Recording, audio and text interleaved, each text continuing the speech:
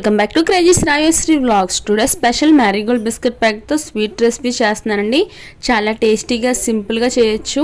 అస్సలు పొయ్యి వెలిగించే పని లేకుండా క్విక్గా 5 నిమిషాలు చేయొచ్చండి. ఇంటికి గెస్ట్లు వచ్చినప్పుడు కానీ పిల్లలు ఏమైనా స్వీట్ కావాలి అన్నప్పుడు కానీ ఇలా క్విక్గా చేయొచ్చండి. చాలా టేస్టీగా ఉంటుంది. లేట్ చేయకుండా ప్రాసెస్ చూద్దాం.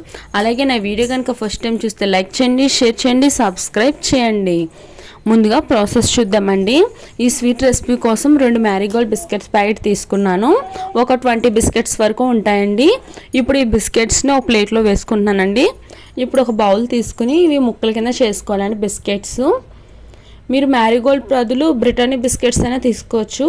కాకపోతే మ్యారీగోల్డ్ బిస్కెట్స్తో మనకి ఫ్లేవర్ అండ్ చాలా బాగుంటుందండి. అచ్చు మనకి పాలకో తిన్న ఫీలింగ్ వస్తుంది. ఇలా ముక్కల కింద చేసుకుని ఒక బౌల్లోకి వేసుకున్నాను. మీకు నేను ముక్కలు కూడా ఎన్ని వచ్చినాయో చూపిస్తున్నానండి. నాకు అయితే 2 బౌల్లో వచ్చినాయి ఈ బిస్కెట్స్ ముక్కలు. ఈ విధంగా ముక్కల కింద చేసుకుని ఇప్పుడు ఒక మిక్సీ గిన్నె తీసుకుంటున్నానండి. ఇప్పుడు ఈ మిక్సీ గిన్నెలో ముక్కలు వేసేసుకుని మెత్తన పౌడర్లా గ్రైండ్ చేసుకోవాలండి. ఈ విధంగా మెత్తన పౌడర్ కింద గ్రైండ్ చేసుకుని ఇప్పుడు ఒక బౌల్లోకి వేసుకుందాం. ఇప్పుడు మళ్ళీ మిక్సీ గిన్నె తీసుకుని ఇందులో ఇప్పుడు 6 నుంచి 7 టేబుల్ స్పూన్ వరకు షుగర్ తీసుకోండి. ఆల్రెడీ మనకు బిస్కెట్లో తీపి ఉంటుంది కాబట్టి నేనైతే ఒక 6 టేబుల్ స్పూన్ షుగర్ తీసుకున్నాను. ఇది కూడా మెత్తని పౌడర్ కింద గ్రైండ్ చేసుకోండి. ఇప్పుడు ఇదే బౌల్లోకి షుగర్ పౌడర్ కూడా వేసేసుకోండి. ఈ షుగర్ పౌడర్ కూడా వేసేసుకుని ఇప్పుడు ఇందులో 1/2 టీ స్పూన్ ఇలాచీ పౌడర్ కూడా వేసుకుంటున్నానండి.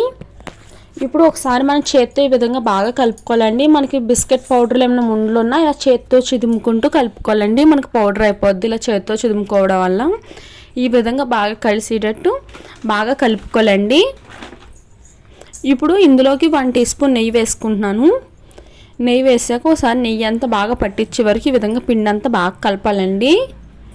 మనకి నెయ్యి వేయడం వల్ల ఇలా కలుపుతున్నప్పుడే మనకి షుగర్ అనేది కొంచెం కరుగుతుందండి.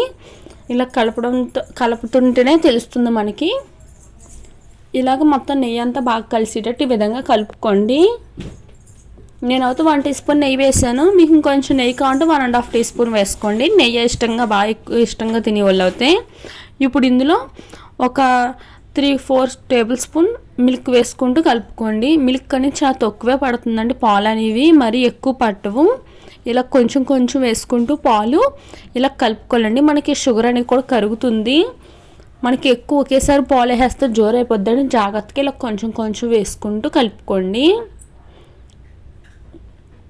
నాకైతే ఒక 4 టేబుల్ స్పూన్ వరకు మిల్క్ పడిందండి.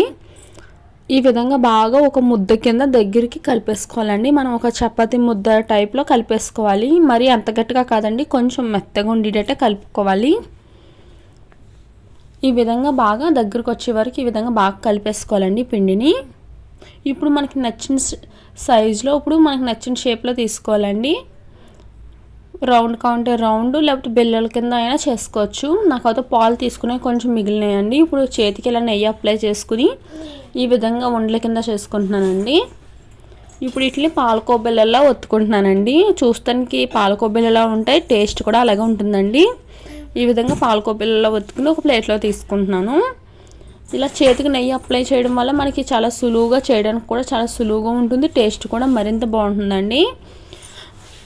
నేను అందుకే ఫస్ట్ 1 టీ స్పూన్ నెయ్యి అప్లై చేసి ఇక్కడ మళ్ళీ చేతికి నెయ్యి అప్లై చేసుకుంటూ చేస్తున్నాను. ఫ్లేవర్ కూడా చాలా బాగుంటుందండి. టేస్ట్ కూడా అలాగే ఉంటుంది.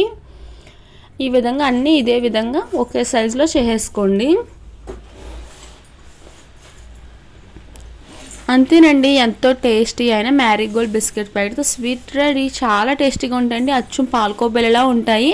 మా పిల్లలకి పెడితే చాలా ఇష్టంగా తిన్నారండి. మళ్ళీ మళ్ళీ అడిగారు పాలకోవేమో అనుకుని. వాళ్ళకి నేను దేంతో చేశానో కూడా తెలియలేదు, పాలకో బిళ్ళలే అనుకున్నారు. అంత టేస్టీగా ఉందండి. పైన ఇప్పుడు జీడిపప్పుతో ఇలా గార్నిష్ చేసుకోండి. అంతేనండి, ఎంతో టేస్టీ అయిన స్వీట్ రెసిపీ రెడీ. చాలా టేస్టీగా ఉంటుందండి. మీరు కూడా తప్పనిసరిగా ట్రై చేసి మీకు ఎలా వచ్చింది ఈ రెసిపీ నాకు కామెంట్ సెక్షన్లో కామెంట్ చేయండి. Thank you for watching.